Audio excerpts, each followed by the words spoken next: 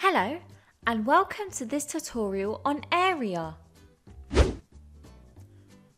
What is area? Area is the amount taken up by a 2D shape. We can use different equations to work out the area of different 2D shapes. Let's have a look at an example.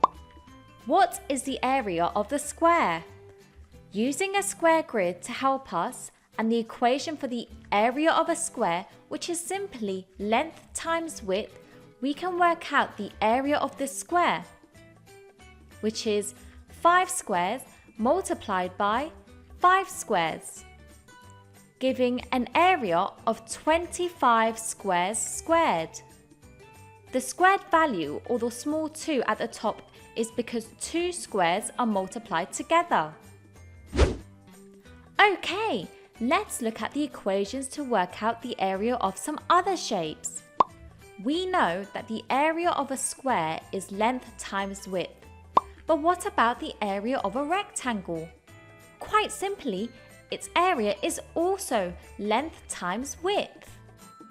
Thanks for watching, and don't forget, subscribe and follow us on our socials. See you again soon!